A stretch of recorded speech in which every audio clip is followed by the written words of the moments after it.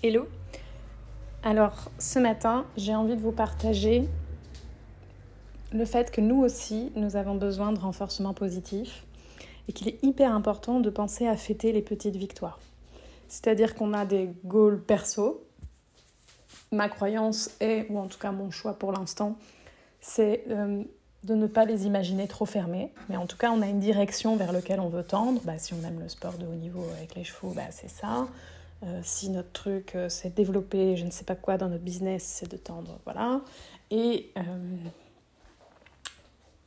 tous les objectifs que vous pourriez avoir sur le long terme qui ne sont pas trop fermés. Je ne suis pas hyper en accord, moi, avec la version SMART, un objectif qui soit hyper définissable, machin. Je trouve qu'il faut pouvoir un peu surfer aussi sur la vibe et que quand on se ferme trop les portes, quand on ferme un petit peu, qu'on met des œillères et qu'on se focus sur vraiment quelque chose, ça peut être très efficace, mais il peut y avoir des très grandes désillusions et on peut passer aussi à côté de grandes opportunités. Donc je trouve qu'il faut trouver un juste milieu dans tout ça. Mais tout ça pour vous dire que vous avez la direction vers laquelle vous avez envie d'aller, ce qui vous branche, ce dont vous avez envie. C'est très important par contre de trouver votre moteur intérieur. Pourquoi est-ce que vous avez envie d'aller vers cette direction-là ? Qu'est-ce qui vous anime ? Et écarter la possibilité que ça puisse être pour les autres, pour le regard des autres, pour montrer que vous pouviez y arriver, par revanche. Tous ces moteurs un peu extérieurs, c'est bien de les déconstruire et de retrouver vraiment ce qui nous anime, nous. Pourquoi ? Ensuite, chaque journée est une opportunité pour tendre à nos ambitions, tendre à ce qui nous anime de faire, mais aussi également pour éventuellement se replier, se reposer, prendre le temps de se reculer. Je pense que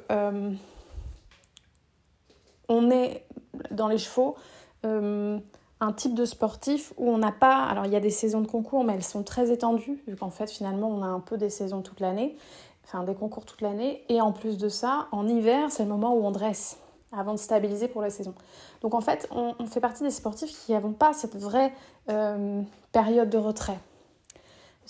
Pour les amateurs, c'est pareil, un cheval, le travail qu'il a, plus le cheval à aller voir 4-5 fois, 6 fois par semaine, ça peut parfois être fatigant sur le long terme. C'est important d'avoir des périodes de retrait, ça c'est la première chose.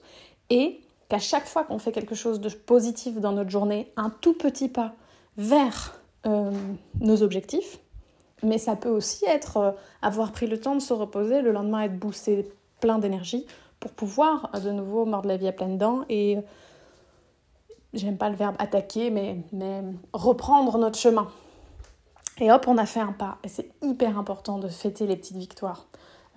Vous avez fait votre premier galop sur le cheval que vous êtes en train de débourrer, ayez un petit geste de victoire. Les footballeurs, ils ont des... Je sais pas comment ça s'appelle, mais des gestes de célébration. C'est important d'en avoir un pour soi-même. Alors, personne n'est forcé de le savoir, mais vous devez pouvoir avoir des moments où vous êtes fiers de vous et où vous êtes dans la gratitude et dans la reconnaissance envers vous-même d'avoir réalisé ce petit quelque chose. Si c'est le premier galop sur tel cheval, c'est trop génial et vous fêtez ça avec lui. Moi, Fidji, je l'ai beaucoup dressé à la gratitude, à la félicitation, mais du coup pour nous deux, et ça met vraiment beaucoup de joie. Alors c'est valable à cheval, mais c'est valable aussi de vous à vous. Ce matin, vous aviez tel objectif, il fallait réussir à faire tel truc. Trop bien, vous avez réussi. Alors on peut avoir un geste de célébration, on peut ressentir de la fierté, on peut ressentir de la gratitude, de la reconnaissance, on peut... moi, des fois, je me paye... en cookies ou la comptabilité c'est pas trop mon truc, je faisais vachement de phobie administrative, c'est mieux, mais bon vraiment le cabinet comptable je les ai rendus fous. C'est très carré, c'est carré, mais par contre c'est jamais dans les temps, ça c'est sous goutte de fleurs de bac et je me paye en cookies, je vous dis ça pour vous donner un exemple, quoi. J'ai droit à des gâteaux ce jour-là, j'écoute une musique qui me fait du bien, et puis quand j'ai fini, il y a une célébration, quoi. Je suis trop contente. Alors, ça a été une vraie question pour moi dans cette société, vu que je remets tout en question. Qu'est-ce qu'une célébration ? Donc, c'est-à-dire deux choses. Qu'est-ce que se reposer ? On pourra en faire un autre podcast, parce qu'en fait, et c'est génial, parce qu'il y a eu une question sur TikTok où j'ai tourné la réponse 10 fois, et aucune réponse qui me satisfaisait. J'ai jamais répondu à cette question. Mais pourquoi ? Parce que mon cerveau est parti vraiment beaucoup trop loin. Mais qu'est-ce que se reposer pour nous ? Qu'est-ce que se reposer pour un cheval ? C'est certainement pas l'immobilité. Alors nous, il y a plein de moyens de se reposer. Ça peut être un vrai sommeil, vraiment dormir, mais parfois on est fatigué mentalement et on a dormi. Et ça n'est pas ça, on est vidé. Et on a besoin de retrait, d'aller reprendre de l'énergie dans la nature, d'aller vivre autre chose, de donner à manger à notre cerveau avec un tout autre sujet. Il y a plusieurs moyens de se reposer. Et il y a plusieurs moyens de célébrer. Et finalement, dans cette société-ci, célébrer, il y a quand même fort l'alcool, il y a quand même fort manger, il y a quand même... alors moi, cette notion de vacances, je la vois un peu comme les repas, travailler toute l'année en se forçant à faire un truc qui n'est pas tout à fait OK pour nous, où on se traverse et puis enfin on a 15 jours. Alors, pour certaines personnes qui adorent leur boulot, c'est génial. Enfin, l'idée n'est pas de critiquer le système, mais par contre, c'est vraiment se prendre un moment de recul et se dire « Ok, voilà, moi je suis dans ce système-là, j'ai choisi ce boulot il me plaît. Mais par contre, voilà, mes prochaines vacances, j'en ai que X semaines et c'est dans autant de temps. Ok, comment est-ce que je peux, moi, me créer des moments de repli qui me ressourcent, qui me nourrissent, qui vont recréer de l'envie sans me retrouver en low battery, mais low battery dans l'esprit, dans l'âme, quoi. C'est où on n'a plus ce feu, finalement. Et donc, avoir des moments de ressources, trouver ce qui nous réénergise, et pour beaucoup les personnes qui vont nous écouter, c'est justement ce moment avec leurs chevaux, et fêter les petites victoires, parce qu'en fait, d'être dans la reconnaissance, dans la gratitude et dans la joie, c'est extrêmement ressourçant. Et donc, en fait, on a tendance à se fixer des gros goals qu'on atteindra dans X temps, et puis après, il n'y a pas vraiment de décomposer les choses. Si vous arrivez à décomposer les choses pour vous, vous arriverez à le faire pour vos chevaux. Moi, je suis partie d'arriver à le faire pour les chevaux, à me dire peut-être que je vais pouvoir le faire pour moi. Et donc, parfois, dans une matinée ou dans une journée, on abat énormément de travail parce qu'on est dans le flow, qu'on a énormément de flux. Et parfois, c'est un peu poussif. Et parfois, il y a un truc qu'on n'arrive pas à faire. Et ce truc-là, quand vous avez enfin réussi à le faire et que ça marche, ok, c'est célébration. Et il y a plein de moyens de célébrer. Ça peut être de danser, ça peut être de se lever, ça peut être de sourire, ça peut être d'appeler une amie alors qu'en fait c'est le milieu de journée qu'on n'a pas du tout à appeler une amie à ce moment-là. Ça peut être de partager à l'autre. Tiens, j'ai réussi ça, je suis trop contente. Même s'il ne comprend pas notre délire. Ça peut... Moi, voilà, j'ai tendance à me payer en cookies parce que ce rapport à la nourriture, on l'a quand même très tôt. Le repas festif, c'est quelque chose qui est très donné dans la société. Et puis bon, moi je suis un être gourmand. Les gens qui me connaissent en séance, ils savent, dès qu'il y a des gâteaux, je suis là. Mais par contre, ça, j'ai envie de me le déconstruire un petit peu, parce qu'en fait, finalement, ça nous a été créé. Alors, boire un verre, je trouve ça sympa de temps en temps. Par contre, quand on est sportif, l'alcool, c'est quand même pas génial. L'hygiène de vie, c'est pas génial. Et puis, je remarque, en fait, que quand on dit non à un verre d'alcool, c'est aussi tout un débat. Donc, j'ai pas envie de tomber dans une fête et une célébration qui ne serait pas vraiment choisie par moi. Par contre, le moment d'aller boire un verre avec quelqu'un, peu importe ce que vous mettez dans votre verre, ça peut être un Perrier citron, ça c'est très agréable, ça peut être une célébration. Ça peut être des toutes petites choses, faire la pause, se lever, et je sais pas moi, aller nettoyer un truc, ou ranger un truc qu'on voulait, ou passer une demi-heure à lire, parce que ok, c'est bon, on l'a fait en fait. Donc c'est exactement comme il y a un truc qui fait des bruits. C'est exactement comme pour les chevaux. On a obtenu l'attitude qu'on voulait, la foulée qu'on voulait, ok, changement d'état. Pareil, récompense, changement d'état, petite célébration, brave, changement d'état. C'est valable pour nous aussi. Et voilà, et quand c'est vraiment super, c'est super, petit moment de danse, petite dandinement, je sais pas, trouvez-vous une célébration à vous. Mais que votre corps, ça va vous libérer des endorphines, ça va vous libérer des hormones. On a toutes les drogues en nous. Alors, je sais pas si certains d'entre vous ont déjà touché à la drogue, moi c'est pas trop mon truc. Par contre, évidemment, j'aime étudier tout un tas de sujets.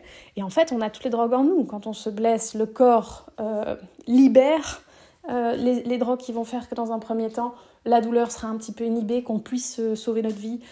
Quand on est très content, c'est libéré. Au travers de l'affection, c'est libéré. Il y a plein de drogues en nous qui sont libérées tout le temps. Et donc, en fait, quand on se renforce positivement, on libère ça. Et vraiment, essayer de quitter toutes les fois où on se parle mal, où on j'ai pas fait ça aujourd'hui, ou toutes les choses qui peuvent au contraire inhiber cette joie de vous-même et ressortir tout ce qui est positif. Bah tiens, oui, aujourd'hui j'ai pu faire ça, alors ça m'a pris 4 heures, alors qu'en fait c'est un truc tout con, mais par contre j'ai enfin réussi, je suis trop contente. Ou bah tiens, aujourd'hui j'étais hyper productive, j'ai fait ça et ça. Aujourd'hui, bah non, j'ai besoin de me replier. Mais en fait, c'est ok. Si on se fait confiance et on sait que quand on se replie, il y a une croyance... alors du coup, je vais jamais finir ce podcast si je vous emmène là-dessus, mais il y a une croyance qui était hyper intéressante, on en a débattu longtemps, où en fait, si on n'est plus attendu nulle part et qu'il n'y a plus rien à faire, en fait, l'humain, il a hyper peur du vide. Et donc, en fait, quand on a un travail où on est attendu, que ça soit le chef d'entreprise qui rejoint ses salariés, il doit être présent, que ça soit le salarié, et puis on pourrait reprendre l'étymologie travail. Et en fait, pourquoi est-ce que je vous parle de ça ? Parce que pour moi, ça a une corrélation énorme sur comment est-ce qu'on voit d'éduquer et d'élever, d'avancer avec un cheval. Parce qu'en fait, si on a déjà une vision du travail de souffrance pour soi, on ne va pas pouvoir avoir une vision différente pour le cheval. Et donc, en fait, pour l'instant, il y a tous les débats sur le bien-être animal, mais c'est plus profond que ça, en fait. On est dans une période dans la vie où il y a de plus en plus de communication, l'accès à l'information est de plus en plus facile. Moi, j'ai dû aller habiter dans des caravanes, dans des endroits hyper chelous pour pouvoir voir comment on faisait piaffer, passager un cheval. Aujourd'hui, avec une formation sur Internet, on peut avoir accès facilement à de l'info, on peut facilement aller voir un cavalier. C'est des choses qui sont plus accessibles, qui sont plus... voilà. Donc, en fait, il y a un genre d'élévation de conscience, on appelle ça comme on veut. Il y a plus d'informations, plus de connaissances circulent. Donc, tout le monde s'élève. Et donc, il y a ce truc aussi il y a des choses qu'on veut plus. Ok, il y a de la violence médicale, c'est quelque chose qu'on veut plus. Du consentement pour soi-même, c'est hyper important. Voilà. Il y a aussi cette notion de travail. Travail, c'est un mot dans l'étymologie, c'est quand même souffrance, ça vient de la femme qui accouche. C'est pas très joli comme mot. Et moi, j'ai eu des gros débats de couple qui ont été hyper durs pour moi, parce que j'ai toujours vu ça... je joue beaucoup. Je suis quelqu'un qui joue beaucoup. Et donc, pour quelqu'un, mon compagnon a un grand sens du devoir... le travail, c'est hyper important. Il est médecin du travail, donc autant vous dire que c'est le centre de sa vie. Mais ce mot, on peut être extrêmement productif en jouant. On peut être extrêmement productif dans le plaisir. Et au final, si je creuse avec lui, il kiffe ce qu'il fait. Mais simplement, c'est les mots qui sont utilisés, c'est la croyance qu'il y a derrière, c'est le sens du devoir, c'est le il faut, je dois, la peur qui anime. Et du coup, le moteur n'est plus le bon. Et on n'est plus dans la joie de tiens, ce matin, si, en fait, je vais faire ça, et en fait, j'adore ça. Et en fait, on peut faire exactement la même journée avec exactement les mêmes tâches. Si on se reconnecte à notre moteur, pourquoi on fait ça ? En fait, en réalité, j'aime ça. Si j'ai le choix, qu'est-ce que je fais ? Eh bien, peut-être qu'on va quand même faire exactement les mêmes choses. Et c'est la raison du burn-out. Le burn-out, c'est un moment où on n'est plus à l'écoute de soi, si on n'est plus aligné avec ce qui est juste pour nous, c'est tout ce qu'on fait nous prend. Il y a même des bore-out, des gens qui s'ennuient, qui n'ont plus assez de sollicitations, parce que dans certaines entreprises, on a des tâches qui sont quand même très répétitives et ça ne nourrit pas l'esprit, par souci de facilité, par souci de hiérarchie. Enfin, tout ça est voué à évoluer. Et dans des pays nordiques, moi, j'arrête pas de les citer.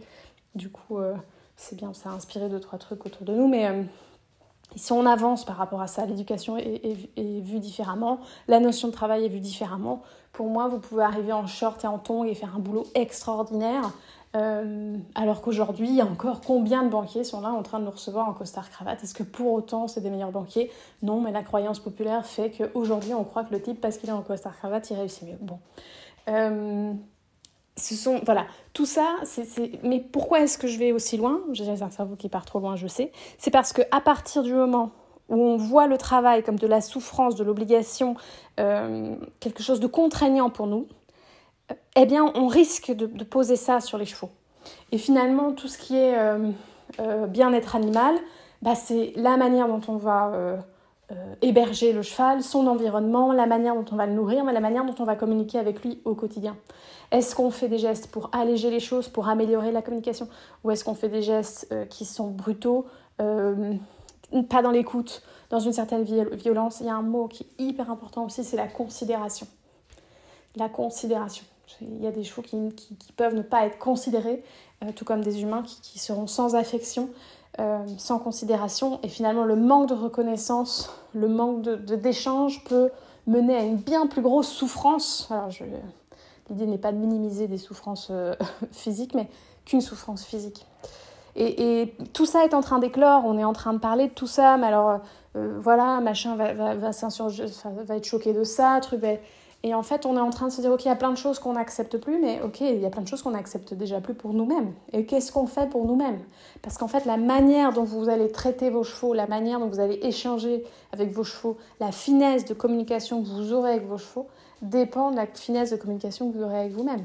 Vous serez capable de leur dire c'est bien, vous serez capable de faire la pause, vous serez capable de les récompenser de plein de manières différentes si vous êtes capable, pour vous-même, d'envisager les missions que vous vous donnez avec joie, sans forcément d'horaire. C'est comme cette notion de on ne travaille qu'en piste. Plein de gens ont réglé des soucis qu'ils ont montés en revoyant la manière dont ils manipulent leurs chevaux tout autour de la piste, mais pas dans la piste. Emmener les chevaux au paddock, le positionnement, comment est-ce qu'on rentre dans le box, le positionnement, tout ça peut être réétudié au quotidien. Et quelqu'un qui est très rigide, fermé, machin, va avoir des gestes saccadés, ne va pas avoir de considération, ne va pas renforcer positivement. Ça va laisser l'être en face dans la confusion.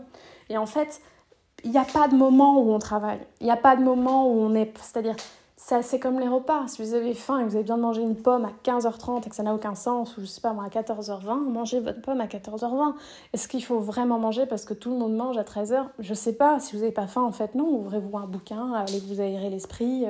Il y a plein de moyens de se ressourcer.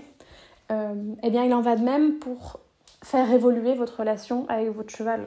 Ça n'est pas forcément dans la piste. Il peut se passer plein d'autres choses. Et chaque petit pas en avant mérite d'être félicité. Donc au début, quand on demande un pied, voilà, il soulève le pied à la demande, je précise, on ne prend pas un pied, on le demande. Il faudrait que je fasse aussi un truc comme ça, je vais le marquer. Les pieds. Il soulève son pied, le petit poulain. Bravo, wouh, c'est génial, célébration. Les gratouilles, la voix, de l'enchantement. Je vais même vous dire qu'au-delà, on parle de gratouilles, on parle d'aliments, on parle de... Ce qui compte, c'est votre énergie à ce moment-là. Est-ce que vous êtes vraiment dans une énergie de gratitude ? Est-ce que vous êtes vraiment dans une énergie de joie ? Parce qu'en fait, le cheval va chercher après ça. Exactement comme vous. Si vous vous rendez compte que l'humain que vous avez en face de vous, vous l'avez fait rire, il est dans la joie, vous avez passé un bon moment, ça va vous être agréable. Vous allez courir après cette sensation-là. On cherche l'harmonie énergétique au final. Et donc, ce que vous allez dégager comme énergie a beaucoup plus d'importance que ce qui va vraiment se passer. Est-ce que vous allez donner un truc ? Peu importe, c'est qu'est-ce que vous dégagez. Les chevaux prennent votre température avant même que vous ayez pris votre propre température. Voilà. Après, du coup, on va reprendre ce petit pied, on va pouvoir le tenir un peu. Enfin, on va demander le petit pied, le cheval va lever le petit pied, on va le tenir un peu. Bravo ! Et chaque petit pas est une célébration. Et la célébration, elle est... on doit la ressentir. Si vous la ressentez, ils la ressentent. Donc après, on peut mettre des gestes braves. Moi, j'ai un code monté, brave, qui guide, qui va guider. Ça, c'est ça, oui, ok, brave. J'ai un geste, je peux gratter un petit peu au niveau du garrot. Mais en réalité, c'est ce que je ressens, c'est ce que je vais valider, c'est le moment où je n'agis plus, c'est le moment où éventuellement je change d'état. Et je fais de même avec moi. Là, j'ai plié le game, j'ai fait un truc qui était important pour moi, qui m'a fait galérer. Je change d'état. Hop, c'est bon pour aujourd'hui dans cette pièce-là. Je vais aller jouer ailleurs, je vais faire autre chose. Et donc, je me renforce positivement. Du coup, mon cerveau, la prochaine fois qu'il aura un truc un peu galère à faire, qu'il l'embête, ou il ne trouve pas la solution, il va dire attends, je vais trouver la solution rapidement là, parce qu'après, je pourrai aller jouer ailleurs, ça va être cool. Et du coup, il sera content, ou en tout cas peut-être plus performant, moins dans le truc, parce qu'on peut vite se brimer et s'auto-flageller, s'injoncter à soi-même des croyances comme quoi on ne sera pas capable, c'est pas notre truc, tous ces trucs qu'on peut dire, ah mais non, alors ça, moi les langues, non mais moi non, les langues ça prend pas avec moi, vraiment je suis pas forte. En fait t'es pas forte, mais si je t'assure que tu vas 3 mois en Angleterre et que t'as pas d'autre choix, ou que tu te retrouves sur des concours où personne bite rien, tu vas parler en fait, c'est juste que le contexte, la situation, tes croyances font que pour toi c'est pas fluide aujourd'hui. Souvent on a des croyances limitantes qui sont inhibantes. Faites-les péter. Vraiment, faites-les péter. On est capable de tout, on peut tout apprendre. On a un cerveau qui est incroyablement bien fait, qui est une vraie machine de guerre. Il faut apprendre à s'en servir et puis surtout, il faut apprendre à s'auto-dresser. Alors, c'est pas... Mais se renforcer positivement, s'inviter à la réussite, se parler à soi-même, ah bah oui, c'est bien, voilà. Soyez votre propre coach. Et ensuite, vous allez être très pertinent pour votre cheval. Bon, il y a plein de pistes de réflexion, je suis partie dans tous les sens, mais bon, ça, c'est vraiment moi. En même temps, l'idée, c'était de poser quelque chose où c'est vraiment moi. Amusez-vous bien avec ça, à plus.